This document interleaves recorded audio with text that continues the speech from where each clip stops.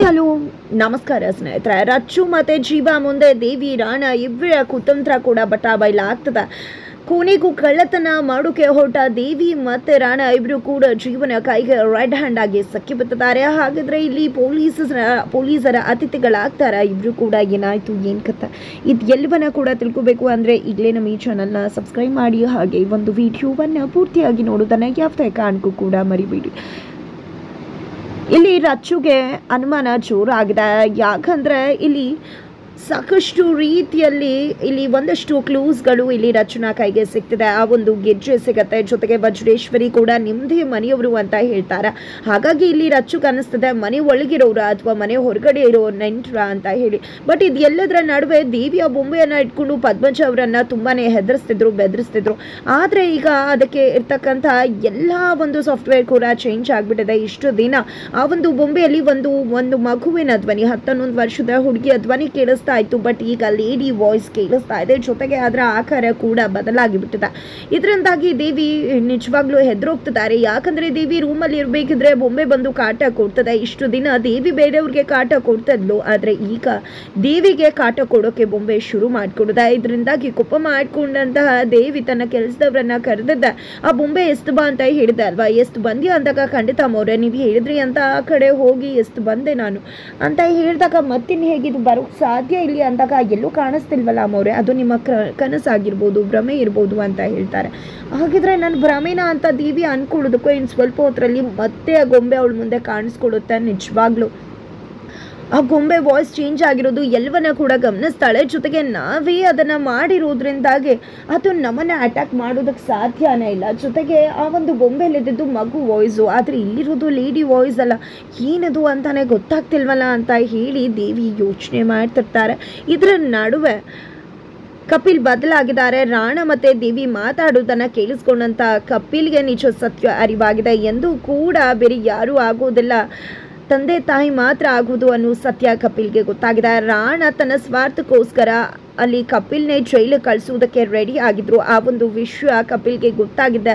ತನ್ನಿಂದ ಎಂಥ ತಪ್ಪಾಯಿತು, ಈ ರಾಣನ ನಂಬ್ಕೊಂಡು ನಾನು ಎಂದಂದ ಕೆಲಸ ಮಾಡಿಬಿಟ್ಟೆ ಅಂತ ಹೇಳಿ ಅವ್ರಿಗೆ ನೋವಾಗತ್ತೆ.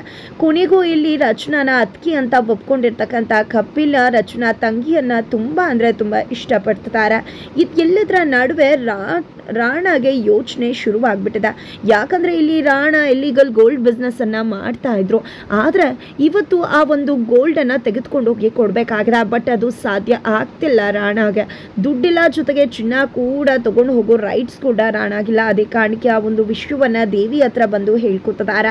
ನನಗೆ ಥ್ರೆಟ್ ಬರ್ತದೆ, ನಿಜವಾಗ್ಲೂ ನನ್ನ ಕಥೆನೇ ಮುಗ್ದೋಗುತ್ತೆ, ಯಾವುದೇ ಕಾರಣಕ್ಕೂ ನಾನು ಬದುಕಿರುವುದಿಲ್ಲ ಅಂತ ಅನ್ನಿಸ್ತದೆ ಅಂತ ಹೇಳಿದಾಗ ಯಾಕೆ ಏನಾಯಿತು ಅಂತ ಹೇಳಿ ದೇವಿ ಕೇಳಿದಾಗ ಅದು ನಾನು ಇಲ್ಲಿಗಲ್ ಗೋಲ್ಡ್ ಬಿಸ್ನೆಸ್ಸನ್ನು ಮಾಡ್ತಿದ್ದೆ, ಈಗ ಅವರು ನನ್ನ ಗೋಲ್ಡ್ ಕೊಡು ಇಲ್ಲ ದುಡ್ಡು ಕೊಡು ಅಂತಿದ್ದಾರೆ. ಅಂದಾಗ ದುಡ್ಡು ಕೊಟ್ಬಿಡು ಅಂತ ಹೇಳಿ ದೇವಿ ಹೇಳಿದಕ್ಕೆ ನಾನು ಅದನ್ನು ಬೇರೆ ಕಡೆ ಚಾನಲೈಸ್ ಮಾಡಿಬಿಟ್ಟಿದ್ದೀನಿ, ಅದೇ ಕಾರಣಕ್ಕೆ ಅದನ್ನು ಕೊಡೋದು ತುಂಬಾ ಕಷ್ಟ ಆಗತ್ತೆ ಅಂದಾಗ ಹೌದಾ ಹೀಗೇನು ಮಾಡೋದು, ಗೋಲ್ಡ್ನೇ ಕೊಟ್ಬಿಡು ಅಂದಾಗ ಗೋಲ್ಡ್ ಹೇಗೆ ತೊಗೊಳೋಕ್ಕಾಗತ್ತೆ ದೇವಿ ಅಂತ ಹೇಳಿ ರಾಣ ಹೇಳಿದಾಗ ಹಾಗಿದ್ರೆ ಇವತ್ತು ಶ್ರೀವಾರಿ ಜ್ಯುವೆಲರ್ಸ್ಗೆ ರಾತ್ರಿ ಹೊತ್ತು ಕನ್ನ ಹಾಕೋಣ, ಅದ್ರ ಮುಖಾಂತರ ನಾವು ಚಿನ್ನವನ್ನು ಪಡ್ಕೋಬಹುದು ಅಂತ ಹೇಳ್ತಾರೆ. ಖಂಡಿತ ಸೂಪರ್ ಐಡಿಯಾ ನಿಂದು ದೇವಿ, ನಿಜವಾಗ್ಲೂ ಆ ಚಿನ್ನ ಸಿಕ್ಕಿದ್ರೆ ನನ್ನ ಜೀವ ಉಳಿಯತ್ತಾ, ಇಲ್ಲ ಅಂದರೆ ಅವನು ತುಂಬಾ ದೊಡ್ಡ ಡಾನ್, ಖಂಡಿತ ನನ್ನ ಪ್ರಾಣವನ್ನು ಅವನು ಯಾವುದೇ ಕಾರಣಕ್ಕೂ ಕೂಡ ಉಳಿಸೋದಿಲ್ಲ ಅಂತ ಹೇಳಿ ರಾಣ ಹೇಳ್ತಾರೆ. ತದನಂತರ ಇಲ್ಲಿ ರಾಣ ಮತ್ತು ದೇವಿ ಕತ್ತಲಾಗ್ತಿದ್ದಾಗೇನೆ ಶ್ರೀವಾರಿ ಜ್ಯುವೆಲರ್ಸ್ಗೆ ಹೋಗಿದ್ದಾರೆ. ಇದ್ದ ಕಡೆ ಜೀವ ಭರಣಿ ಅವನ್ನ ಭೇಟಿ ಮಾಡಿದ್ದಾರೆ. ಬಟ್ ಬಿಕಾಸ್ ಇಡೀ ಒಂದು ವಿಷಯದಲ್ಲಿ ರಾಣ ಲಾಕ್ ಆಗೋ ಸಾಧ್ಯತೆ ಇದೆ, ಅದೇ ಕಾರಣಕ್ಕೋಸ್ಕರ ಏನು ಮಾಡೋದು ಅನ್ನೋದ್ರ ಬಗ್ಗೆ ಯೋಚನೆ ಮಾಡಿ ಭರಣಿ ಅವ್ರ ಜೊತೆ ಮಾತಾಡೋಕೆ ಅಂತ ಜೀವ ಹೋಗಿದ್ರು.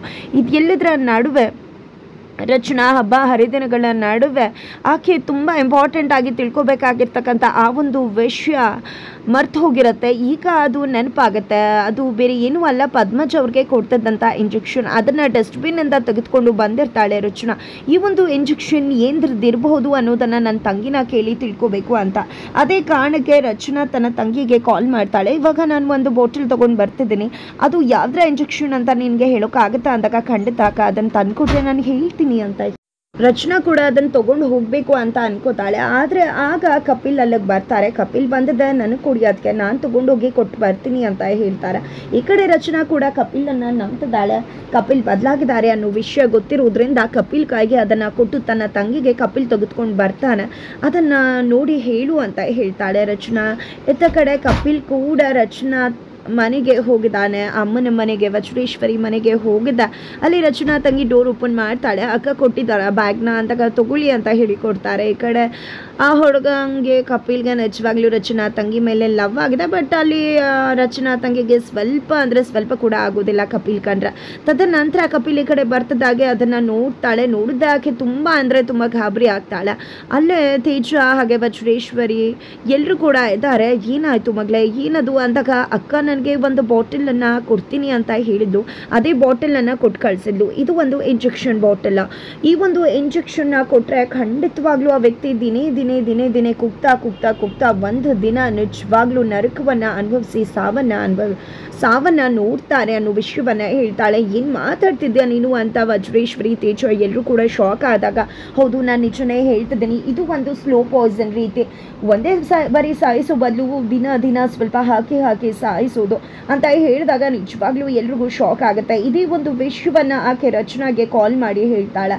ಅಕ್ಕ ನಿಜವಾಗ್ಲೂ ಈ ಒಂದು ಇಂಜೆಕ್ಷನ್ನ ಯಾರು ಕೊಡ್ತಿರೋದು, ನಿಜವಾಗ್ಲೂ ಇಂಜೆಕ್ಷನ್ ತೊಗೋತಿರೋರು ಖಂಡಿತವಾಗ್ಲೂ ದಿನೇ ಸಾಯ್ತಾ ಒಂದಿನ ಸಂಕಟ ಅನುಭವಿಸಿ ಸಾಯ್ತಾರಕ್ಕ, ಇದು ಸ್ಲೋ ಪಾಯ್ಸನ್ನ ಕೊಡ್ತಿದ್ದಾರೆ ಅಂತ ಹೇಳಿದಾಗ ನಿಜವಾಗ್ಲೂ ರಚನಾಗೆ ಶಾಕ್ ಆಗುತ್ತೆ. ಹಾಗಿದ್ರೆ ಯಾರಿರ್ಬೋದು ಆ ಗೆಜ್ಜೆ, ಯಾರದು, ಅಮ್ಮ ಹೇಳಿದ ಆಕೆ ಯಾರು, ಎಲ್ಲವನ್ನ ಕೂಡ ಗೂಢಾಚಾರಿಕೆ ಮಾಡಿ ಹುಡ್ಕೋದಕ್ಕೆ ಇಲ್ಲಿ ರಚನಾ ಮುಂದಾಗ್ತಿದ್ರೆ. ಆತ ಕಡೆ ರಾಣಾ ಮತ್ತು ದೇವಿ ಇಬ್ಬರು ಕೂಡ ಶ್ರೀವಾರಿ ಜ್ಯುವೆಲರ್ಸ್ಗೆ ಹೋಗಿದ್ದೆ. ಡೋರನ್ನು ಓಪನ್ ಮಾಡಿದ್ದೆ, ಒಳಗಡೆ ಎಂಟ್ರಿ ಕೊಡ್ತಾರೆ. ಕೊನೆಗೂ ಅಲ್ಲಿ ಬಿಸ್ಕೆಟ್ಸ್ ಎಲ್ಲವೂ ಕೂಡ ಇರುತ್ತೆ. ಒಂದು ಬಿಸ್ಕೆಟನ್ನು ಎತ್ಕೋಬೇಕು ಇನ್ನೇನು ಅನ್ನುವಷ್ಟರಲ್ಲಿ ಅಲ್ಲಿಗೆ ಜೀವ ಎಂಟ್ರಿ ಕೊಡ್ತಾರೆ. ಜೀವ ಎಂಟ್ರಿ ಕೊಟ್ಟಿದ್ದೆ, ಯಾರು ಬಂದ್ರಲ್ಲಪ್ಪ, ಬಾ ಹೌಸ್ಕೊಳ್ಳೋಣ ಅಂತ ಹೇಳಿ ಇಬ್ಬರು ಕೂಡ ರಾಣಾ ದೇವಿ ಅಲ್ಲೇ ಹೌಸ್ಕೋತಾರೆ. ಬಟ್ ಇಲ್ಲಿ ಯಾರೋ ಬಂದಿರ್ಬೋದು ಅಂತ ಹೇಳಿ ಜೀವಾಗೆ ಅನ್ಸೋಕೆ ಶುರು ಆಗುತ್ತೆ. ಯಾಕಂದರೆ ಗೋಲ್ಡ್ ಬಿಸ್ಕೆಟ್ ಇರ್ತಕ್ಕಂಥ ಆ ಒಂದು ಕಬೋರ್ಡ್ ಓಪನ್ ಇರುತ್ತೆ. ಯಾರು ಬಂದಿರ್ಬೋದು ಅಂತ ಅನ್ಕೋತಿದ್ದಾಗೇ ಅತ್ತ ಕಡೆ ಒಂದು ಬಾಟಲ್ ಬಿದ್ದು ಹೋಗುತ್ತೆ. ಕೊನೆಗೂ ಇಲ್ಲಿ ರಾಣಾ ದೇವಿ ಇಬ್ಬರು ಕೂಡ ಜೀವ ಕೈಗೆ ರೆಡ್ ಹ್ಯಾಂಡ್ ಆಗಿ ಸಿಕ್ಕಿ ಬೀಳೋ ಚಾನ್ಸಸ್ ಇದೆ. ಯಾಕಂದರೆ ಆ ಒಂದು ಬಾಟಲ್ ಬೀಳ್ತಿದ್ದಾಗೆ ಜೀವ ದೇವಿ ಮತ್ತು ರಾಣಾನ ನೋಡಿದ್ದೆ ಶಾಕ್ ಆಗ್ತಾರ. ಕೊನೆಗೂ ಇಲ್ಲಿ ರಾಣಾ ಏನೋ ಬಿಡಿ ಇಂಥವ್ನು ಅಂತ ಗೊತ್ತು, ಬಟ್ ದೇವಿ ಖತರ್ನಾಕ್ತನ ಏನು ಅನ್ನೋದು ಜೀವಾಗೆ ಗೊತ್ತಾಗತ್ತಾ. ಕೊನೆಗೂ ಅಲ್ಲಿ ಯಾರು ಬೊಂಬೆಯನ್ನು ಬಿಟ್ಟಿರೋದು, ಜೀವನ ರಚನಾನ. ಕೊನೆಗೂ ಇಲ್ಲಿ ದೇವಿಯ ಒಂದು ಜಾಲವನ್ನು ಪತ್ತೆ ಹಚ್ಚೆ ಬಿಡ್ತಾಳೆ ರಚನಾ. ಕೊನೆಗೂ ಇಲ್ಲಿ ದೇವಿಯ ನಿಜಮುಖ ಏನು ಅನ್ನೋದನ್ನು ಇಡೀ ಮನೆಯವರ ಮುಂದೆ ರೆಡ್ ಹ್ಯಾಂಡ್ ಆಗಿ ಸಾಕ್ಷಿ ಸಮೇತ ತೆರೆದಿಡ್ತಾಳೆ. ಇದರ ಜೊತೆಗೆ ಪೊಲೀಸ್ ಅವರನ್ನು ಕೂಡ ಕರೆಸಿ ದೇವಿಯನ್ನು ಅರೆಸ್ಟ್ ಮಾಡಿಸ್ತಾಳೆ ರಚನಾ. ಏನಾಗುತ್ತೆ, ಯಾವ ರೀತಿ ಕತೆ ಮುಕ್ತಾಯವಾಗುತ್ತೆ, ಎಲ್ಲವನ್ನ ಕೂಡ ತಿಳ್ಕೊಬೇಕು ಅಂದರೆ ಈಗಲೇ ನಮ್ಮ ಈ ಚಾನಲ್ನ ಸಬ್ಸ್ಕ್ರೈಬ್ ಮಾಡಿ. ಹಾಗೆ ಮುಂದಿನ ವಿಡಿಯೋಗೋಸ್ಕರ ವೇಟ್ ಮಾಡೋದನ್ನು ಯಾವುದೇ ಕಾರಣಕ್ಕೂ ಕೂಡ ಮರಿಬೇಡಿ.